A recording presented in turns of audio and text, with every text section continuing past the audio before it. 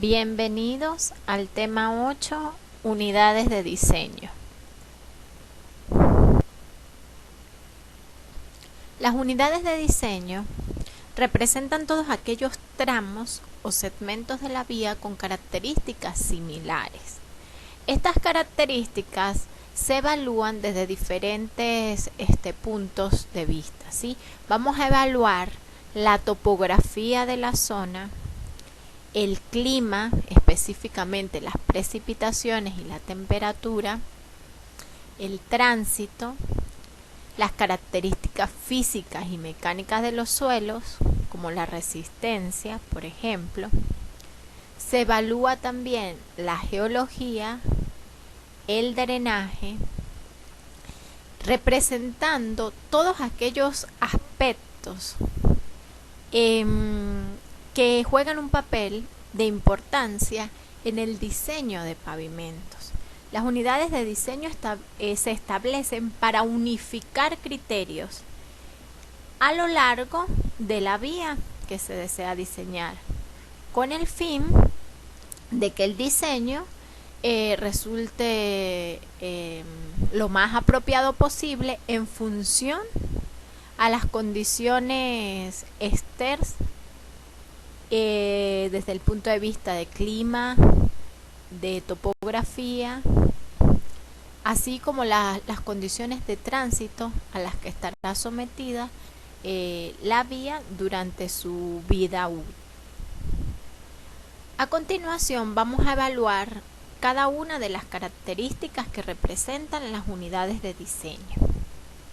Como primera característica o unidad de diseño tenemos la topografía, que es la representación gráfica de la superficie terrestre, con sus formas y detalles, tanto naturales como artificiales. Se definen las unidades de diseño tomando en cuenta principalmente la pendiente longitudinal de la vía, y esta pendiente permite agruparla en varios grupos, por decirlo así. Por ejemplo, vamos a agrupar segmentos de vías con pendientes hasta el 3%, longitudes de vía o tramos de vía con pendientes longitudinales entre 4 y 6%, y tramos de vía con pendientes mayores al 6%.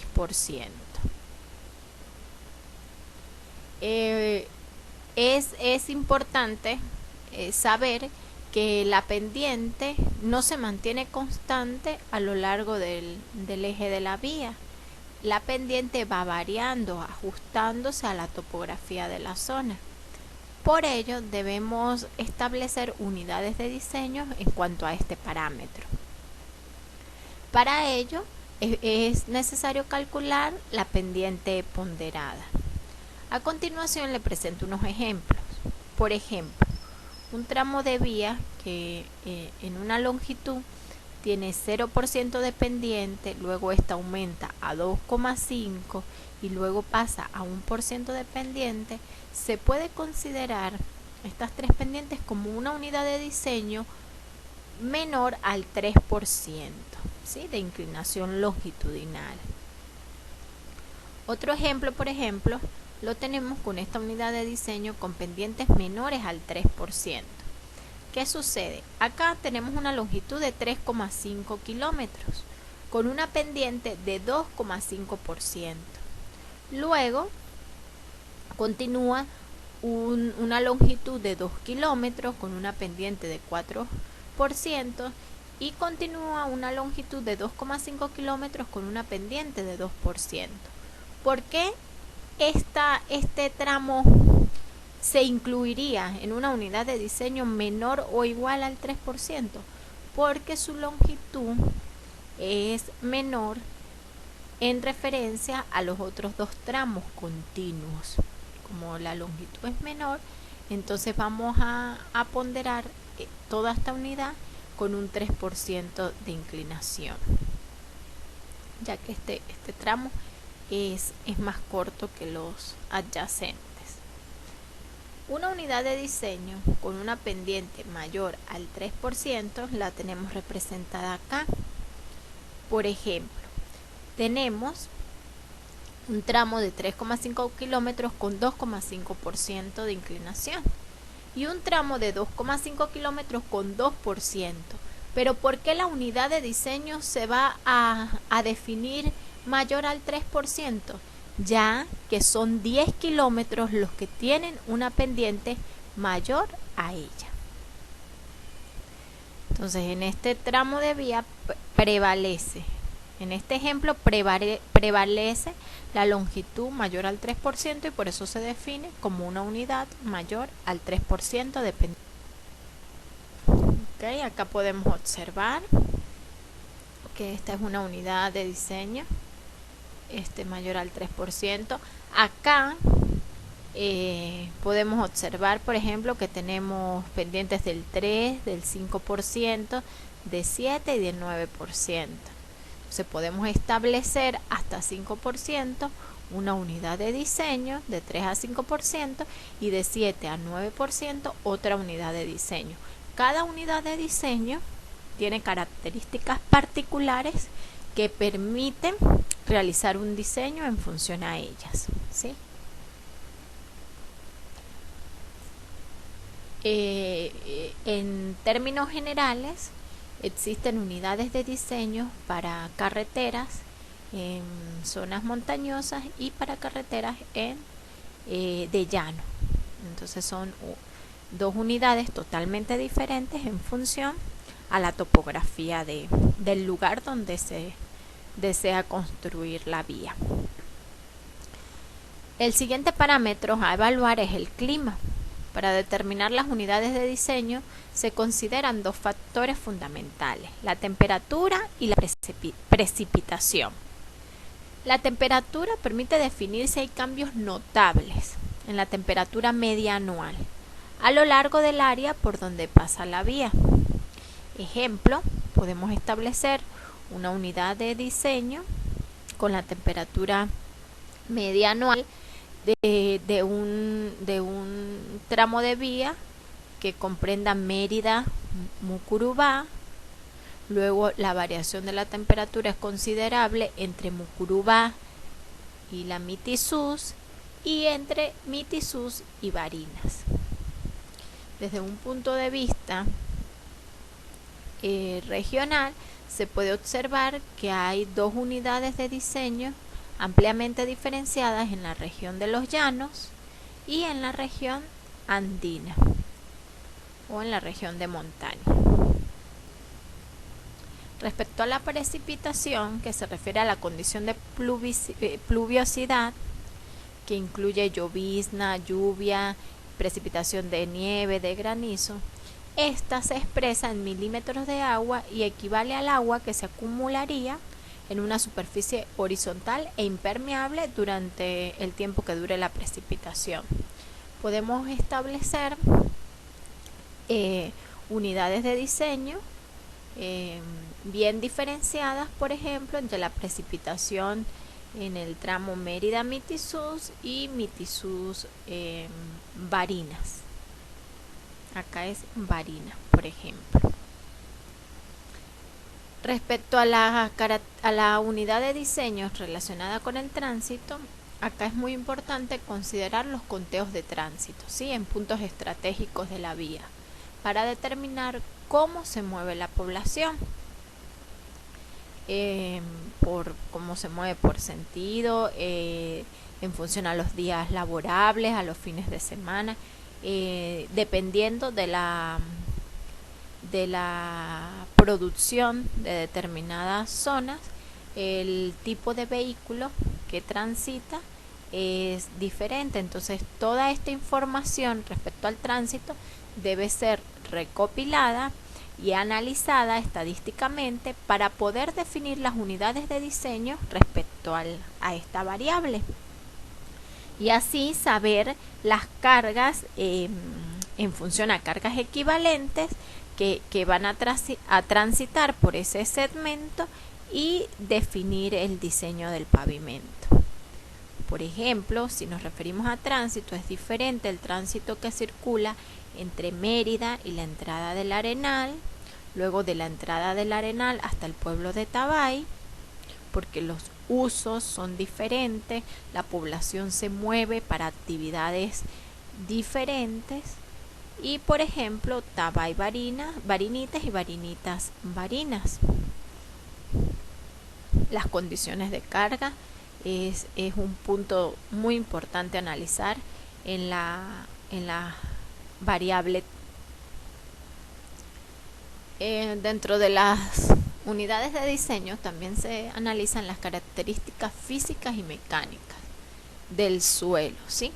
Esto va a depender del tipo de suelo presente a lo largo de la vía y se van a considerar dos tipos de suelos representativos. Suelos finos, que son aquellos cuyo pasante del tamiz 200 es mayor al 35%, y los suelos gruesos. Se definen estas unidades de diseño en función al estudio geotécnico que se realice a lo largo de la vía. Para ello se realiza una exploración de campo en el área donde se desea proyectar la vía, y así poder recopilar la información pertinente para poder estudiar la subrasante a lo largo del proyecto y poder diseñar la estructura del pavimento ajustada a la realidad del suelo sobre el cual se va a fundar. El estudio de suelos para obras de pavimentación contempla la exploración y la elaboración del proyecto.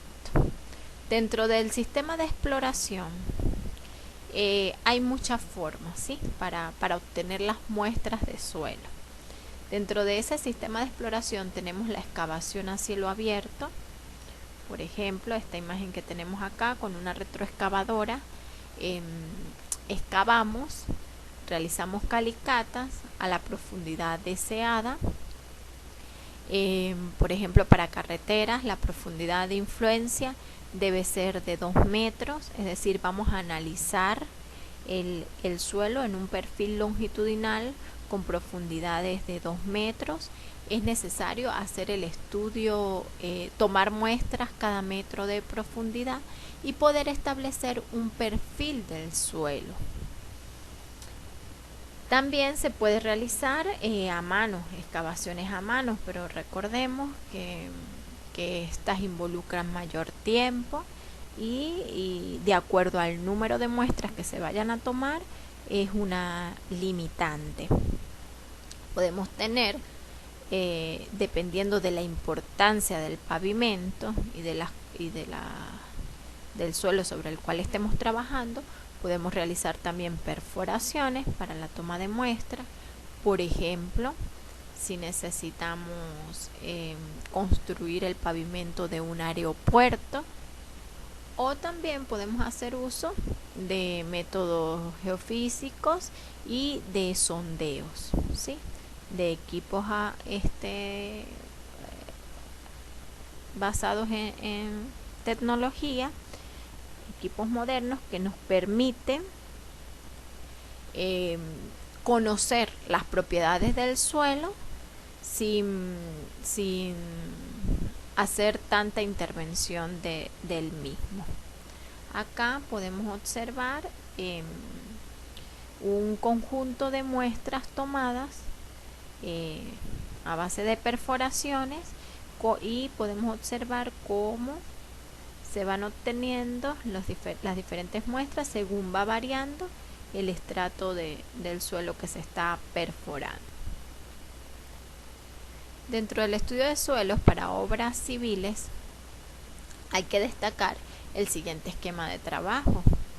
Es importante determinar la ubicación de la muestra. Se toma la muestra en forma manual o con maquinaria perforadora entre 100 y 500 metros de longitud, ¿sí? Dependiendo de la variabilidad del material y dependiendo de las exigencias del proyecto, sobre todo de la zona sobre la cual se está trabajando. En este rango de longitudes, el ingeniero toma muestras que lleva al laboratorio para ser procesadas y realizarle los análisis básicos necesarios, como es granulometría, humedad natural, límites de consistencia, y que todo esto se pueda cotejar con una identificación visual del suelo, ¿sí? Las muestras es importante señalar que deben estar claramente identificadas. Por ejemplo, en la primera si se va a realizar una perforación, la primera perforación se va a identificar el número de perforación, la progresiva a lo largo del eje de la vía en la cual se está realizando la perforación, la profundidad de la perforación, el número de muestras. Por ejemplo, M1 es la muestra 1 de la perforación 1. Se debe indicar a qué profundidad se tomó esa primera muestra. Si se toma una segunda muestra, la profundidad de la segunda muestra, y se hace una identificación del color, de la textura y del tipo de suelo que el técnico aprecie en ese momento, ¿sí? El estudio para carreteras, como ya les dije, debe realizarse al menos a 2 metros de profundidad, y en el caso de aeropuertos la toma de muestra debe realizarse al menos a 3 metros de profundidad. Cada metro se debe ir tomando una muestra del material para saber si a lo largo de esa profundidad cambia el tipo de suelo sobre el cual se va a fundar la vía o el pavimento. El muestreo se debe realizar de la siguiente manera. Vista en planta la vía, de forma horizontal se van a tomar muestras a lo largo del eje de la vía, ¿sí? Del center line de la vía. Se recomiendan cada 200 metros. Esto lo va a evaluar el ingeniero a cargo. Si observa que hay variaciones considerables en el suelo, puede incluso restringir la longitud para la toma de muestra, disminuirla, o si ve que hay un comportamiento constante, puede ampliar el intervalo entre cada muestra. Es necesario que se tome en el eje de la vía, y cada 500 metros, entre 250 y 500 metros, puede tomar puntos en el borde interno y en el borde externo donde se proyecta la vía, ¿sí? Previo a esto debe tener ya un levantamiento topográfico del lugar para poder ubicarse de una forma más precisa en sitio. Se dibujan perfiles transversales, secciones transversales, cada 300 y 500 metros para ver la variación transversal del suelo, de la topografía también, cada 300 metros, entre 300 y 500 metros. Bueno, como recomendación tenemos que en tramos de montaña este muestreo se realiza cada 250 metros y en llano cada 500 metros. Sabemos por el origen del suelo, ¿verdad? Que en los llanos son suelos de origen sedimentario, donde la variación en la disposición de las partículas no se altera significativamente, mientras que por todos los procesos geomorfológicos que se pueden presentar en una zona de montaña, se puede obtener mucha variación a lo largo de 250 metros, por ejemplo. Ok, eso es visto en planta, en un análisis horizontal. Un análisis vertical establece, como ya les dije, perforaciones o tomas de muestras cada metro. Esta exploración debe ser de al menos 2 metros para carreteras y 3 metros para aeropuertos. Dentro del estudio de suelo, además de la identificación, caracterización, estudio del contenido de humedad, es importante también determinar la capacidad de soporte del suelo, es decir, realizar el ensayo de CBR. Se recomienda que debe realizarse en teoría mínimo 5 calicatas para cada unidad de diseño. Si establecemos una unidad de diseño de suelos finos, es necesario en esa longitud que involucra esa unidad de diseño realizar al menos 5 ensayos de capacidad de soporte. De igual manera para las unidades de suelos gruesos.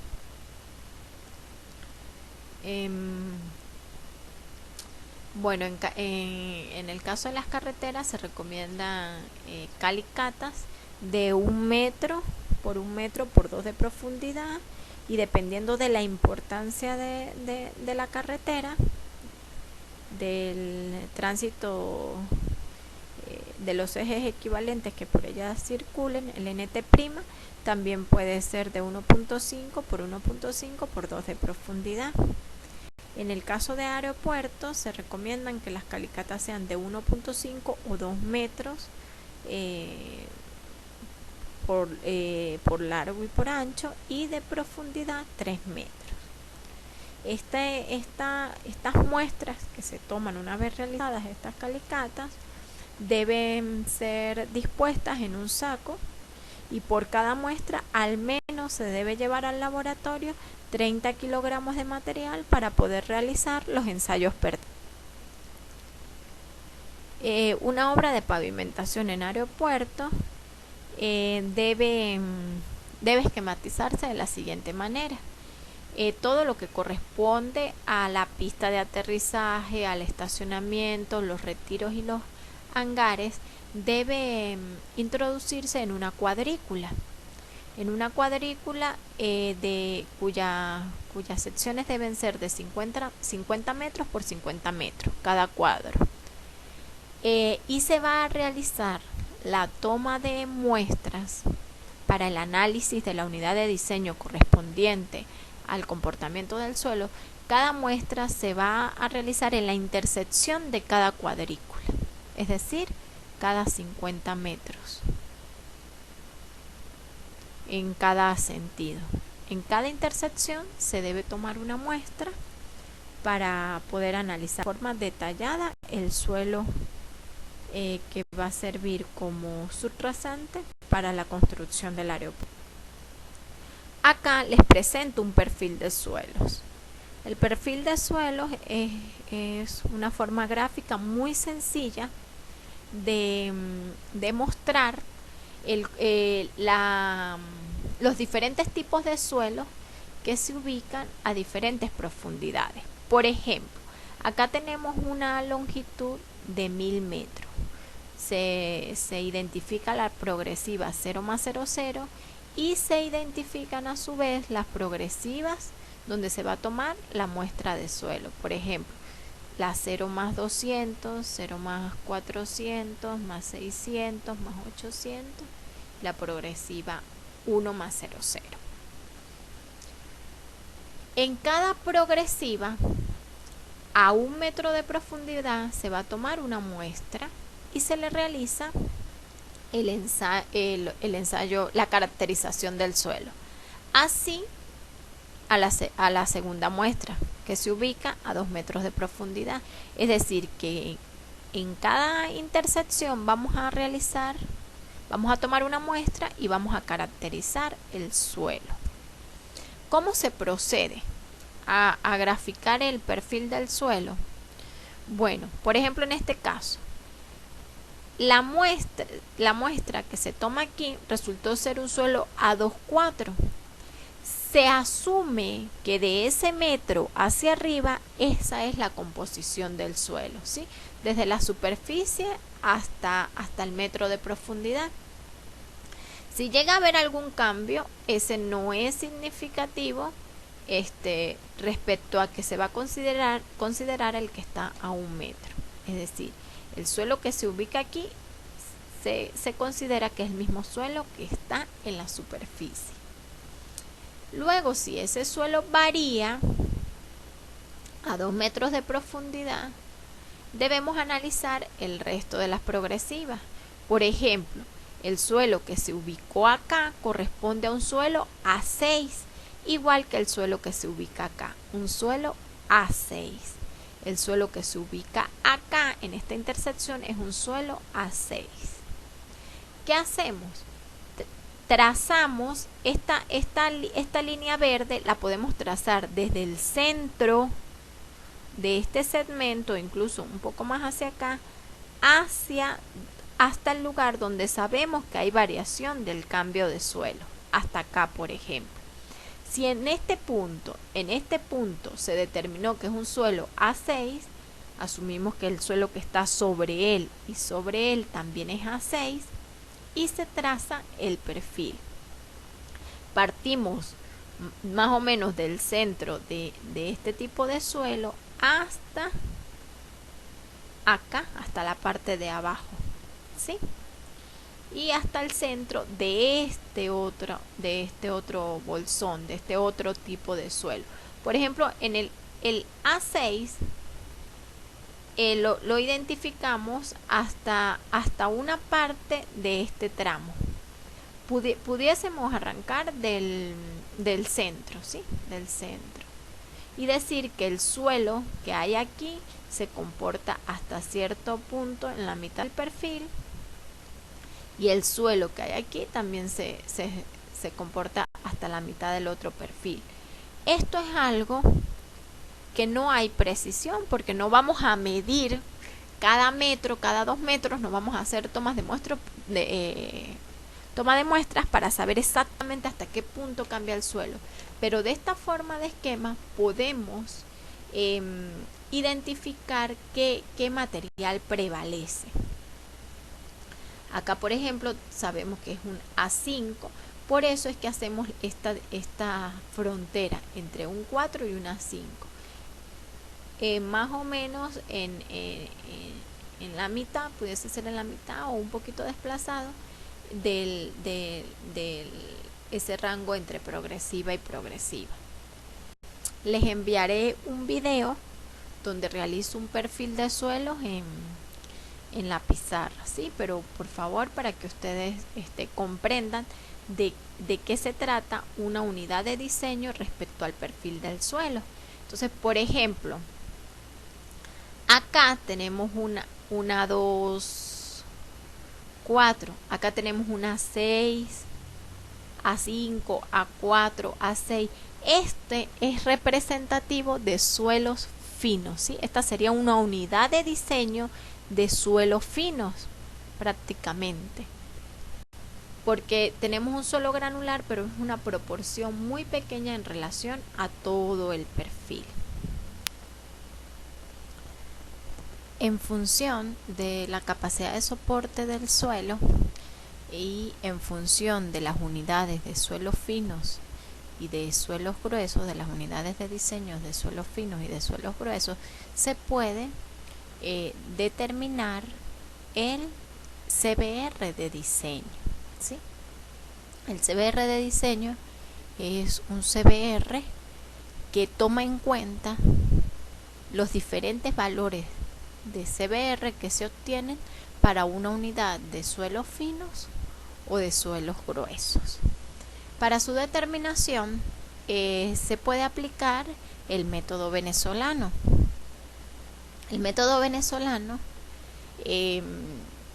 tiene como herramientas el tránsito estimado para esa carretera en función de los ejes equivalentes, de las cargas equivalentes y el percentil. Las cargas equivalentes están representadas por la carga que aporta un eje equivalente. Un eje equivalente está representado por un eje simple rueda doble, ¿sí? la carga que aporta ese eje simple con rueda doble es la carga, es el eje equivalente y está representado por una carga equivalente de 18.000 libras. Esas cargas equivalentes están acá en la tabla y están categorizadas como menores a 10 a la 5, entre 10 a la 5, 10 a la 7, 10 a la 6 hasta 10 a la 7, de 10 a la 7 a 10 a las 8 y mayores de 10 a la 8. Para cada rango de carga existe un percentil. Un percentil es una medida de posición, ¿sí?, usada en estadística, que indica que una vez ordenados los datos de menor a mayor, el valor de la variable por debajo del cual se encuentra un porcentaje dado de observación en un grupo, ¿sí?, da el valor de esa variable. Entonces observe. ¿Cuál es el procedimiento a seguir para obtener el CBR de diseño por el método venezolano?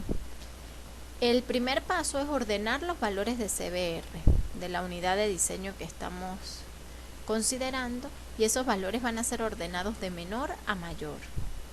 Luego de eso aplicamos la metodología en función de las cargas equivalentes. Para ellos les presento este ejemplo.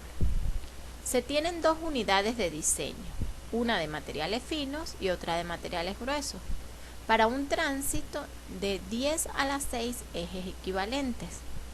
Se procede de la siguiente manera. Se va a determinar un CBR de diseño para esta unidad de finos, donde podemos observar 6 valores de CBR, valores bajos de CBR, porque se trata de suelo fino, de 2, 3, 4, 2, 3 y 5%, y una unidad de suelos gruesos en las que tenemos 5 valores de CBR de 10, 11, 10, 12 y 13%.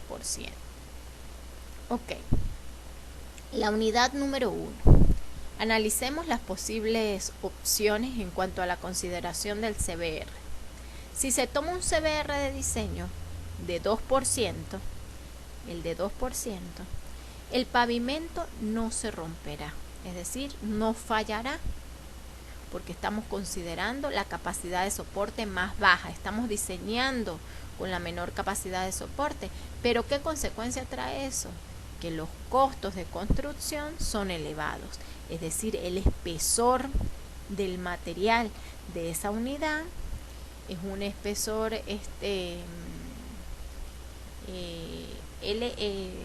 mayor, y se buscarían materiales de mayor calidad para lograr compensar el déficit de capacidad de soporte que presenta esa unidad de suelo fino, ¿sí?, esa subrasante. Ahora bien, si tomamos el 4% como valor de referencia, el pavimento fallará en 4 puntos, en los que se encuentran por debajo de ese 4%, es decir, fallará en 2, en 3, en 2 y en 3, en esos 4 puntos donde se tomaron las muestras. Solo dejarían de fallar donde el CBR valga 4% y 5%. Y si se toma el promedio de estos valores, se corre el riesgo de que falle el 50% del pavimento y el otro 50% si funcione y responda de una manera óptima. Como no se pretende dejar al azar el comportamiento del pavimento, es ahí donde se determina el CBR. Entonces, para la unidad de suelo fino, tenemos N, que es el número de muestras, 6 muestras. La vamos a ordenar de menor a mayor, repitiendo los valores de CBRs que estén, que se repitan, ¿sí? Por ejemplo, 2, 2, 3, 3, 4 y 5. ¿Qué vamos a colocar en una columna paralela a estos valores? Las proporciones, ¿sí? Por ejemplo, este es el dato número 6 de un total de 6, ¿sí? Aquí sería 5 entre 6. Aquí sería 4 entre 6. Acá será 3 entre 6. 2 datos de 6 datos y un dato de 6 datos. Estas relaciones se resuelven y se multiplican por 100. 6 entre 6, que vale aquí n, es 1 por 100, 100%. 4 entre 6 por 100, 64%. 2 entre 6 por 100, 33%. Y 1 entre 6 por 100, 17%. ¿Con qué intención se hace esto? Bueno, tenemos la tabla de tránsito de ejes equivalentes. Nos indican que es para un tránsito de 1 por 10 a la 6 ejes equivalentes. Vamos a entrar en el rango donde se ubique nuestro valor al principio, ¿sí? Habría dudas de ubicarlo en este rango que es de 1 por 10 a la 5 hasta 10 a la 6. Nos vamos a ubicar en este, de 10 a la 6 hasta 10 a la 7. El que inicia, ¿sí? Ok. Para ese rango de ejes de carga se estima un percentil de 85%. Ese percentil de 85% lo vamos a interpolar en este conjunto de valores. Es decir, para 2% se arroja un CBR de 100%, ¿sí?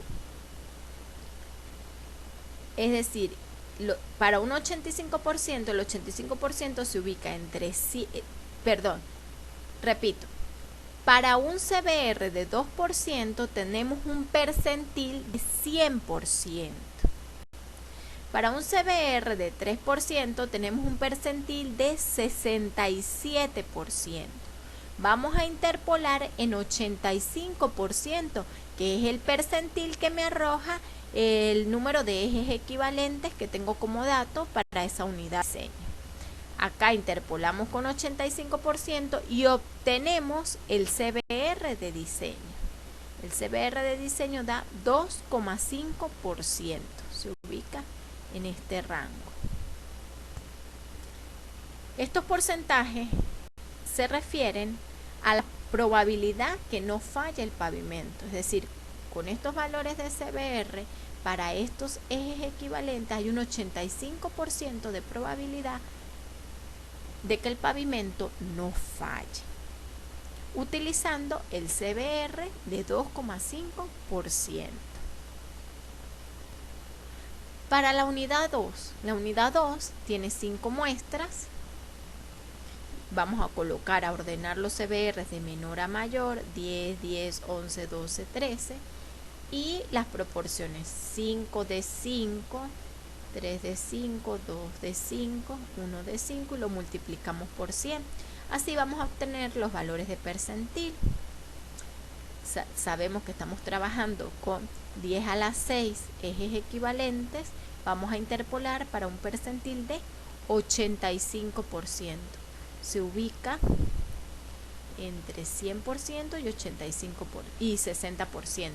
Interpolamos para 85 y obtenemos un CBR de diseño de 10,4%.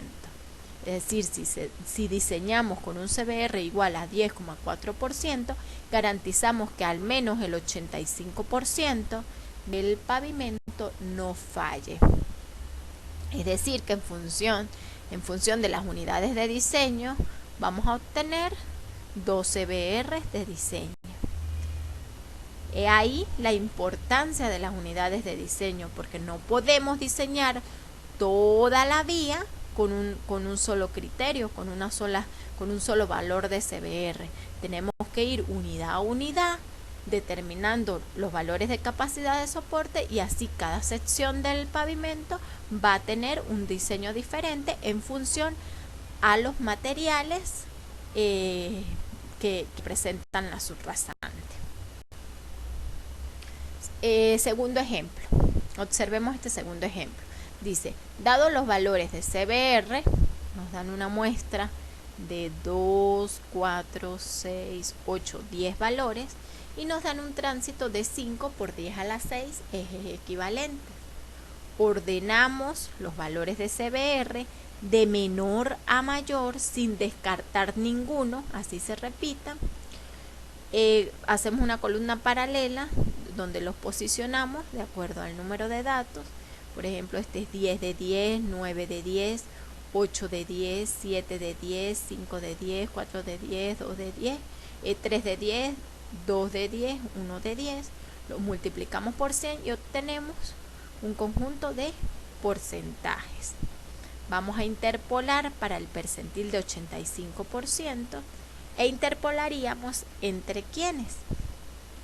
Vamos a interpolar entre 90% y 70%, ¿sí? Para obtener el CBR de diseño. Daría 5,5. No está acá copiado. Otra manera de hacerlo es determinar el CBR de diseño en forma gráfica. Vamos a plotear los valores de los percentiles, ¿sí? Todos estos valores de percentiles con los valores de CBR. Se genera una gráfica y en el percentil 85 entramos en forma horizontal, cortamos la gráfica y leemos en el eje de CBR el CBR de diseño. Esta es otra forma de hacerlo, pero requiere un poco más de trabajo. Ok, ahora vamos a ver el segundo método, el método ASTO. El método ASTO también se aplica para la determinación de CBR de diseño. ¿Qué parámetros evalúa? Bueno, toma en cuenta el tránsito en función de los ejes equivalentes y el coeficiente de variación de datos, CB. También toma en cuenta la desviación estándar, la media aritmética de datos y todas ellas dependen del número de datos n y del dato como tal, es decir, de los valores de CBR. En estas expresiones se deben sustituir cada uno de estos datos para determinar el coeficiente de variación, ¿sí? Acá la sumatoria de los X sub I, es decir, la sumatoria de todos los valores de CBR entre el número total de CBR. Luego la desviación estándar va a ser el número total de datos por la sumatoria de los X sub I al cuadrado. Vamos a elevar los X sub I, todos los datos al cuadrado y al final hacemos la sumatoria. Mientras que en este caso es la sumatoria de los X sub I al cuadrado. Realizamos primero la sumatoria y luego la elevamos al cuadrado. Entre n, que el número de datos que multiplica el número de datos menos 1. A todo esto le obtenemos la raíz cuadrada. Cuando ya tengamos la desviación estándar y la media aritmética, dividimos, multiplicamos por 100 y hallamos el coeficiente de variación de datos. Todo es un tratamiento estadístico, lo que aplica el método. Bien, luego que tenemos el coeficiente de variación, vamos a determinar la relación de costos. La relación de costos es aquella relación que se establece entre el costo de mantenimiento de la vía entre el costo de inversión. Este es un parámetro algo difícil de determinar, sobre todo en este país donde las vías no llevan un control respecto al mantenimiento. No hay presupuesto, no se realizan presupuestos para mantenimientos de vías.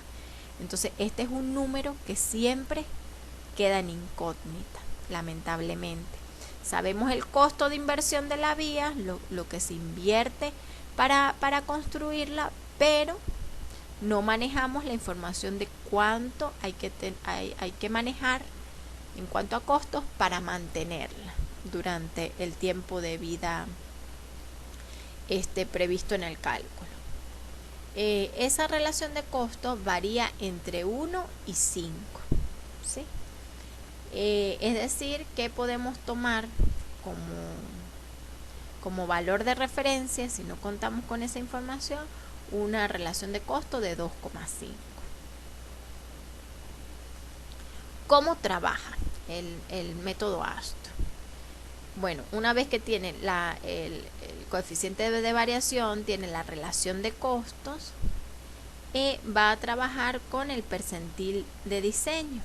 El percentil de diseño lo vamos a hallar por estas gráficas, por la figura 1, que tiene los valores de percentil de diseño de mínimo costo, y se trabaja de la siguiente manera. Se tiene un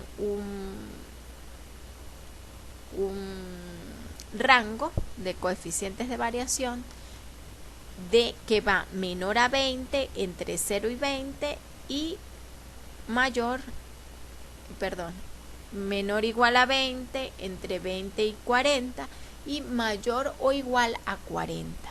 Este rango de coeficientes de variación los vamos a ubicar cada uno, este primer rango, lo vamos a ubicar para esta primera gráfica, ¿sí? Todos los coeficientes de variación que sean menores o igual a 20 los vamos a trabajar con esta gráfica. Los que se ubican entre 20 y 40 los vamos a trabajar con esta gráfica, y los que se ubican mayores o igual a 40 los vamos a trabajar con esta gráfica. ¿Cómo opera la tabla? Bueno, de una manera muy sencilla. Tenemos el tránsito, ¿sí? El tránsito con cargas equivalentes. Es este valor que dice aquí, EAL. Si, por ejemplo, este es 10 a la 6, 10 a la 8, 10 a la 7, 10 a la 6, 10 a la 5, 10 a la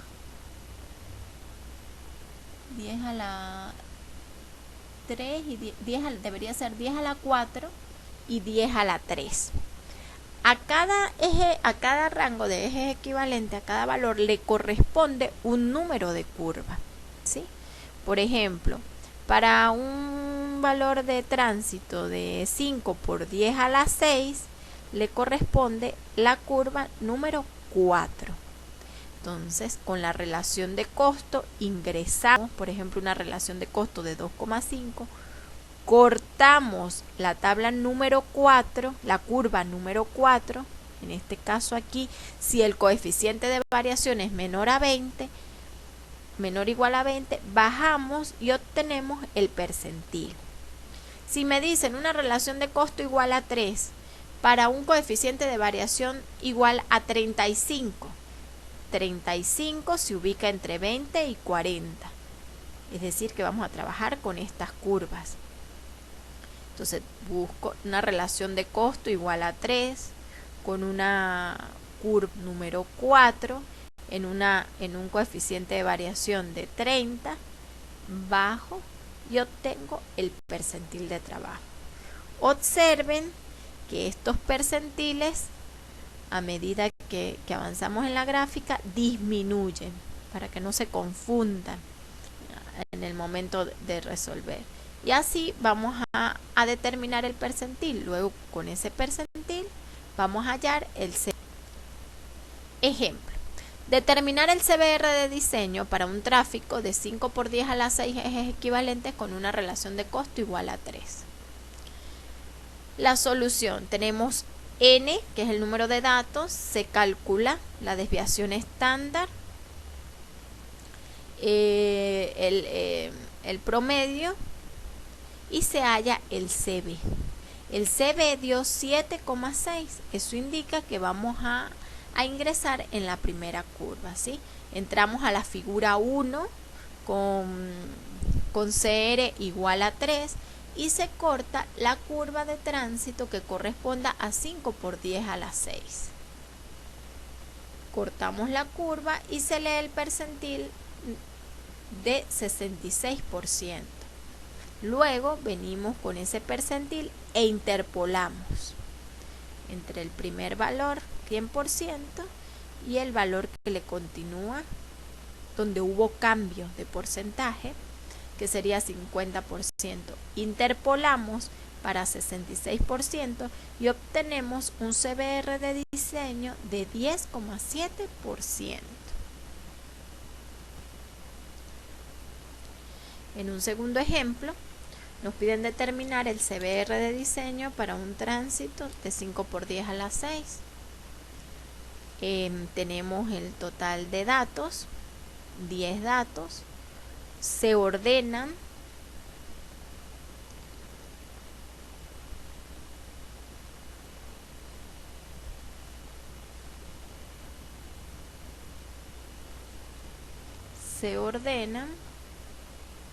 en este caso se ordenan de mayor a menor.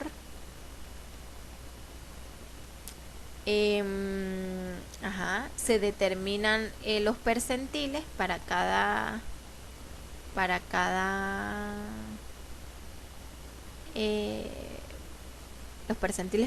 dato. Se determina la desviación estándar, el X promedio, el coeficiente de variación que dio 21.78, estando en el segundo intervalo. Lo vamos a evaluar entre 20 y 40.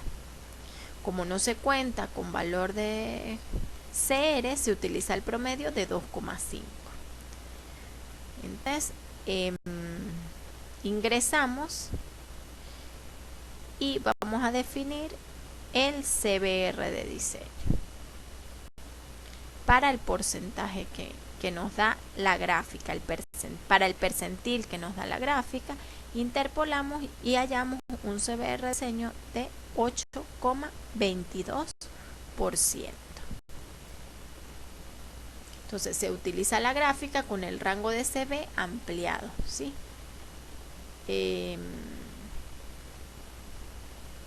El CR da 2,5